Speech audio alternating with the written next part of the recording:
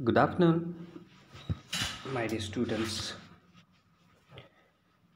How are you? काय चाललंय आपलं? काल बघा आपण स्लीप बेबी स्लीप ही कविता पाहिली आणि ह्या कवितेमध्ये पाहिलं की एक अंगाई गीत आहे हे आणि या अंगाई गीतामध्ये in this lullaby a mother is trying to make a baby sleep. ती आपल्या बाळाला झोपवण्याचा इथं प्रयत्न करते आणि झोपवण्यासाठी एक सुंदर असं गीत गाते. त्या गीतामध्ये बऱ्याचशा वेळेला ती बाळाला भीतीसुद्धा घालते, पण भीती घालल्या पाठीमागं एकच कारण आहे की त्या बाळानं शांत झोपावं. बाळ खट्याळ आहे, खोडकर आहे, पण ते बाळ झोपावं हीच एक आशा त्या वेड्या आईची आहे. आणि त्यामुळेच her mother tries her level best to sleep her baby. Okay, अतिशय सुंदर अंगाई गीत आहे बाळांनो. आता बघा आपण काय पाहणार आहोत, इंग्लिश वर्कशॉप पाहणार आहोत. पेज नंबर 60 वरील तुम्हाला एक वर्कशॉप आहे. हे सगळं जे काही सांगेन आता ते काय करायचं आहे, तुम्ही लिहून घ्यायचं आहे. ओके, आता बघा इथं पहिला शब्द इथं पहिल्यांदा आपण काय करूया, हे काही शब्द दिलेत त्या शब्दांचे अर्थ पाहू. आता बघा हर्ट्स, HERD, हर्ट्स. हर्ट्स म्हणजे लुक्स आफ्टर द शीप. अशी एखादी व्यक्ती की जी बकरी सांभाळते, बकरी सांभाळणारे किंवा मेंढपाळ आपण त्याला म्हणूया, मेंढपाळ म्हणता येईल. ओके, मेंढ्या पाळणार. The person who hertz the ship और हू लुक्स आफ्टर द शीप, मेंढपाळ. तर दुसरा शब्द आहे दी, THEE, दी मीन्स यू. आता हा काय शब्द आहे म्हणून, तर हा शब्द ओल्ड इंग्लिशमधला आहे. जुनं इंग्लिश आणि नवं इंग्लिश पूर्वीच्या काळी वापरलं. जर आपण आता यू वापरतो, यू ह्या शब्दालाच दी हा शब्द इथं वापरलेला आहे. ओके, जुन्या काळात ताव असेल ह्यासारखे शब्द काय आहेत, जुन्या इंग्लिशमधले आहेत. हेवन्स, HEAVENS, हेवन्स म्हणजेच स्वर्ग, पण इथं आकाश म्हणून हा शब्द इथं वापरलेला आहे. स्काय म्हणजे आकाश. ब्लीट, मेक अ वायनिंग साऊंड, ओरडणे, रडणे, किकाटणे आपण म्हणूया. त्यानंतर शेवट रोग, ROGUE, here. It means a child who does not do what is asked. सांगितलेलं न ऐकणारा बाळ म्हणजेच रोग, खट्या. आपण म्हणतो की ते कितीही सांगितलं तरी ऐकत नाहीत, असा हा खट्या रोग. तर पुढं बघा, आता इथं काय आहेत, पुढचा शब्द आहे सिंग द सॉन्ग. तुम्हाला आता कविता पाठवेन ती म्हणायची आहे ती तुम्ही. आणि त्यानंतर आता find the rhyming words used in the song. आता स्लीप, पहिला शब्द आहे स्लीप, SLEEP, स्लीप. मग स्लीप या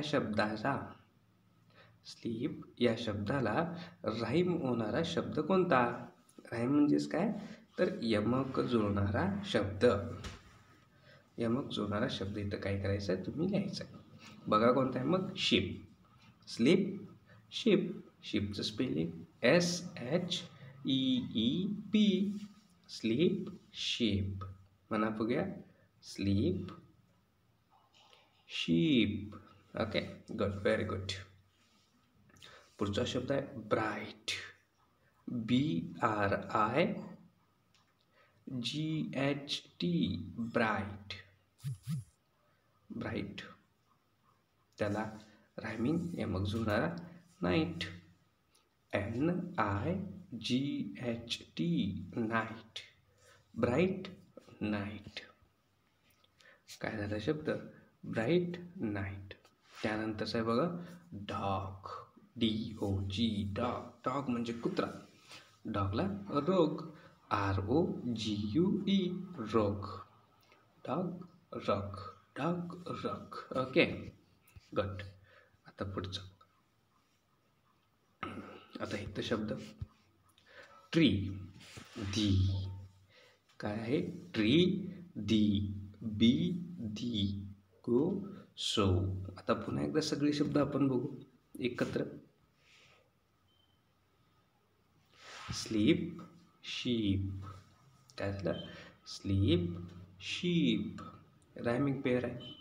ब्राईट नाईट, ब्राईट नाईट.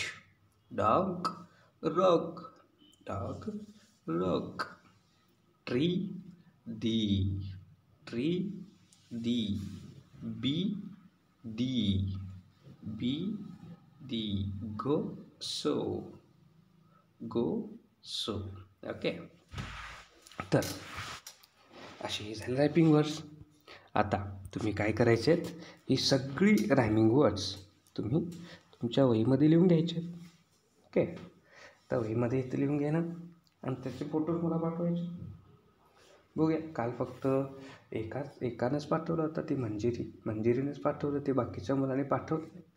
त्यामुळं बघा, आज मात्र काय करायचे आहेत? ही सगळ्या मुलांनी लिहून घ्यायचं आहे. कळलं का रे? आणि हे मला फोटोज पाठवायचे आहेत. बघू आता कोण कोण पाठवतं. ओके, चला पुढं जाऊया आपण. आता इथं बघा, the mother in this poem uses various ideas to make the child close its eyes and sleep. Find the stanzas where the following ideas are used. आता इथं बघा, आई काय करते? इथं आई आपल्या मुलाला झोपवण्याचा प्रयत्न करते. आई आपल्या मुलाला झोपवण्याचा प्रयत्न करते, पण ते बाळ मात्र काय झोपायला तयार नाही. बाळाला मात्र झोपायचं नाही. बाळाला खेळायचं आहे, नाचायचं आहे, बागडायचं आहे. आईची इच्छा आहे बाळाने डोळे बंद करावेत आणि शांत झोपी जावं, पण बाळ मात्र काय झोपी जायला तयार नाही. मग आई काय करते? वेगवेगळ्या आयडियाज वापरते बाळांनो. बघा तुमच्या पुस्तकामध्ये इथं दिलेत बघा आयडिया. 1 2 3 4 5 5 आयडियाज दिलेत. आता पहिली idea, threaten in loving manner.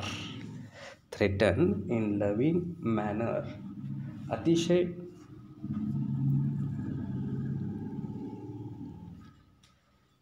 आपल्या आईनं बाळाला घाबरवण्याचा प्रयत्न केला आहे. काय केले बघा, इथं तुम्हाला चित्रात सुंदर असं एक डॉग दिसतं, आणि पलीकडे स्टांजा नंबर 4 दिलेला आहे. Sleep baby sleep and bleat not like a sheep, or else the shepherd's angry dog will come and bite my dog, naughty dog. Sleep baby sleep, sleep baby sleep. आता हे कडवं पाहिल्यानंतर आई काय म्हणते बघा इथं. आई म्हणते, माझ्या सानूल्या झोप रे, माझ्या बाळा तू झोप. नाही झोपला उगाच त्या बकरीसारखं ओरडू नको, ब्या ब्या करू नको, रडू नको. तू शांत झोप. जर नाही झोपलास तर मी त्या मेंढपाळाच्या कुत्र्याला बोलवेन. म्हणते की आई घाबरवते इथं बाळाला. आई म्हणते मेंढपाळाचं कुत्रं येईल तुला चावेल, म्हणते ना. बरोबर. त्यामुळं काय करू नको, तू ओरडू नको, न रडता तू शांतपणे झोप, असं म्हणते. बरोबर. इथं तुम्ही स्टांजा नंबर 4 असं लिहायचं आहे तिथं. तर पुढचं बघा, थ्रेटन इन लव्हिंग मॅनर. अतिशय प्रेमानं. आता हे सुद्धा बघितलं आपण. आता क्रिएट अ प्लीजंट पिक्चर. आई आपल्या मुलासमोर एक सुंदर असं चित्र हे तर निर्माण करते. काय बघा, प्लीजंट चित्र. Sleep baby sleep, your father herds it sheep, your mother shakes the little tree from which the fall pretty dreams on thee. आई काय करेल, झाड हलवेल आणि झाडातून काय पडतील, जशी फुलं पडतात, झाडाची पानं पडतात, तशी सुंदर सुंदर अशी स्वप्न पडतील, तारे येतील तुझ्यासाठी. बघा किती सुंदर चित्र आहे. आई बघा आपल्या मुलासाठी किती सुंदर सुंदर चित्र म्हणते, सुंदर सुंदर चित्र तयार करते. इथं किती कल्पना आईची. त्यामुळं बघा स्टांजा नंबर 1 इथं लिहायचं तुम्ही. तिथं stanza number 1 where her mother creates a beautiful picture, pleasant picture. अतिशय सुंदर चित्र इथं तयार करते. ओके, आता पुढं बघा. Remove the threat and make the child feel safe. आईनं सांगितलं होतं झोपला नाहीस तर काय येईल, कुत्रं येईल आणि चावेल. The dog will come and it will bite you. आणि असं म्हटल्या बाळ झोपतं. बाळ घाबरतं कुत्र्याला, येईल आणि मला चावेल. आणि म्हणून the babies goes to sleep. आणि बघा इथं स्टांजा नंबर 5 मध्ये sleep baby sleep, go out and hurt the sleep, go out you barking black dog, go and waken not my baby, so sleep baby sleep. काय कर, तू जा रे कुत्र्या, तू जा, माझं बाळ झोपले, आता जा तू, उगाच ओरडू नको, जा. Let my baby sleep, just go go baby go, sleep baby sleep, sleep baby sleep. आणि अशा पद्धतीनं स्टांजा नंबर 5 मध्ये म्हणजे शेवटचा स्टांजा आहे, शेवटचा कडवा आहे आपलं. शेवटच्या कडव्यामध्ये इथं आई काय करते, मुलाच्या मनातली भीती इथं घालवते. बरोबर. तर बघा हां पुढचा पत्ता. Describe a night in beautiful manner. Describe a night, रात्रीचं सौंदर्य. रात्रीचं सौंदर्य, अ ब्युटिफुल नाईट. बघा तुम्ही रात्रीशी बाहेरून बघा किती सुंदर सुंदर तारे असतात. पौर्णिमेच्या दिवशी तरी रात्र अशी झगझगून निघते, लाईटसुद्धा लावावं लागत नाही. बरोबर. मग स्टांजा नंबर 2 काय सांगतो बघा. Sleep baby sleep, the heavens are white with sheep. Heavens are white, आकाश काय झालंय, आकाशामध्ये सगळीकडे तारे पसरल्यात.